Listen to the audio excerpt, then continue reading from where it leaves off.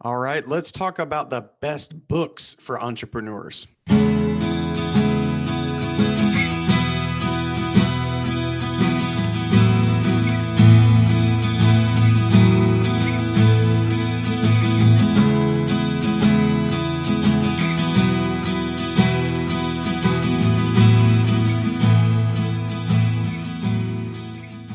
Hi, guys. Thanks so much for joining me. Today, I'm going to share with you about 6 books that I have read and that I think you should consider reading as an entrepreneur to improve your skill set and hopefully improve your chances for success in business. Now, before I get to sharing these, and what I'm going to do is screen share Amazon with you just to show you some of the books. And then I have 2 physical books I'm going to share with you.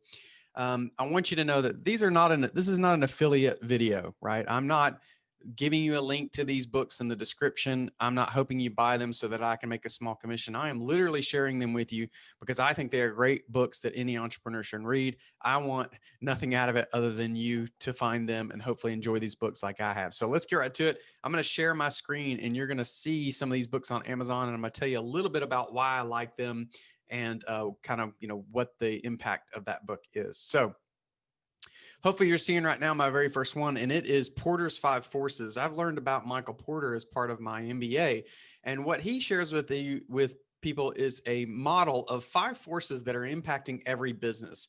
And those are things like competitors, substitute products, barriers to entries, and all of those things. And in general, to summarize what he shares, is there are 2 main ways to compete in a business, which is either low cost or differentiation, and that you can strive for both, but that it's hard to do that.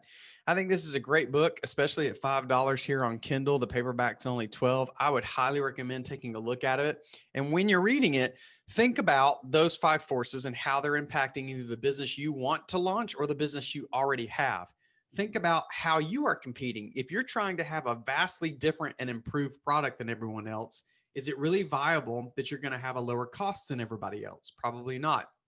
What about vice versa?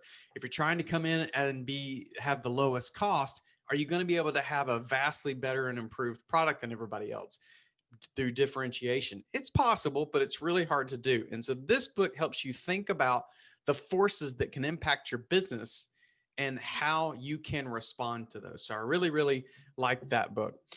This might be one of the very first books on entrepreneurship I ever read. So it's been around for a while. You'll notice that the E-Myth is now titled Revisited. So this is not the original version. It's been revisited by Michael Gerber.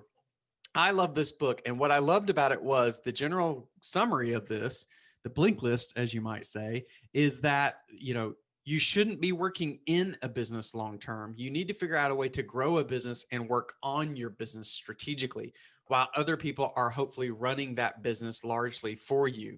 And so he revisits why a lot of small businesses fail, and that's really what it comes down to. A lot of entrepreneurs just get stuck in the daily grind of their business, and the business is not able to operate outside of that founder, and that creates a lot of challenges. A good rate, you can get it paperback, audio. The Kindle version right now looks like is a little bit less than $9. Great read. I highly recommend it. Matter of fact, I'm thinking about revisiting it myself now that I'm talking about it. Another book that is a little more specific to certain entrepreneurs is one called Company of One. It's written by a gentleman named Paul Jarvis. Now, in full transparency, I did not read the whole thing. It was one of those books that when I got into, got a little redundant, but I got the idea pretty quick. And I think this is something you could probably skim, maybe read the first part and skim the rest. But this book is great for folks who don't want to grow a team or a good sized business and manage a team. They just want to be an individual. This would be great for someone who just wants to be a freelancer, or they just want to be a writer and have a blog site. They just want to have an affiliate marketing website where they just have a website, they use online ads to target people, and they sell other people's products. If that's the kind of thing that you're shooting for, you just want to be a company of one, a solopreneur, as Chris Ducker might call it, I would definitely recommend you dig into this one.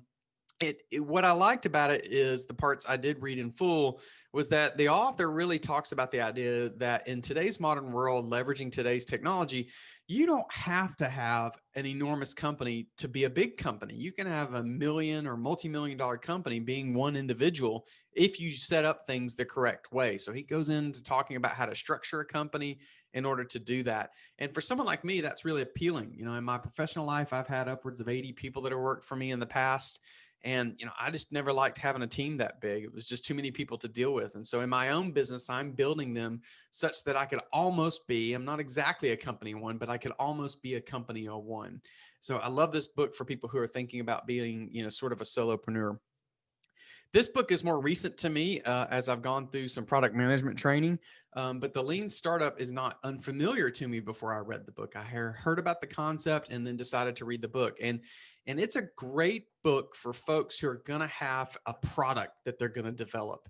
It works good for services too, but it's better for products. And what it does is it talks about the idea of leveraging innovation and getting in a customer feedback loop so that when you release a product out into the marketplace, it isn't a perfect solution. A lot of entrepreneurs kind of wait until their product is perfect to put it out there. And I've started to follow the Lean Startup methodology for a long time. And so, for example, with an online course, I'm recording a new online course right now, my third one, called the Business Launch Formula. I'm walking people through the process I use when I start a business. And so this Lean Startup has taught me to not record every single lesson that I would want to include in that course. I record a lot of them, but then I might hold back some of those lessons and add them later if the feedback from students is that they want that kind of content. So you're not putting 100% effort into, well, you're putting 100% effort into your product, but you're not developing this huge product that takes a long time to get to the market. You're releasing an MVP, a minimally viable product, into the market, talking to customers and getting feedback from them on what else they'd like to see in that product, and then prioritizing those additions of those things. And so what's great about this is, especially if you're going to try and be a high growth startup, maybe you're building an app or something like that, some software, is you just don't spend hundreds of thousands of dollars building that first version. You spend $10,000, put it out in the marketplace and get people to use it, and then get in that customer feedback loop to tell you about things they'd like to see you add. So those are some of the four through Amazon I'm going to share with you, books that I would encourage you to consider. The next two are actually physical books that I own right now. And I own this one. This is known by a gentleman named Mark Schaefer. Hold that up for a second so you can see it. This is all about building and unleashing a personal brand in the digital age. Great book. And I must admit, I'm a little biased on this book because I've known Mark for a very long time. He lives about 25 minutes from me. I've known him for a really long time. Mark has written a lot of books. One of his is The Tao of Twitter, and it's, I believe, the most read book on Twitter in the world, and known as one of his more recent books. And I love it because lots of people right now, especially solopreneurs, are trying to build a personal brand. That's being talked about a lot out in the marketplace. And so Mark wrote sort of the handbook for how to build a personal brand. He's got case studies in here about people. And so I definitely highly recommend Mark's book. I'm a little biased on this last one. It's my book that I released last year. It's called The Ladder or the Grind. And I wrote it talking about the idea of, is it better to be an entrepreneur or an employee? And so the reason I recommend this book is I go through the things that you should consider when it comes to making a career choice, when it comes to deciding if you're going to be a full-time entrepreneur, or maybe you're just going to have a side hustle, which is perfect. And I sort of walk you through that decision and the things, the factors you should consider. And, I will tell you the takeaway in this is that it really comes down to what's the primary factor that's motivating you. If it's money, you should make one decision. If it's you want to be able to control your creative destiny, you should make another decision. So this is a great book.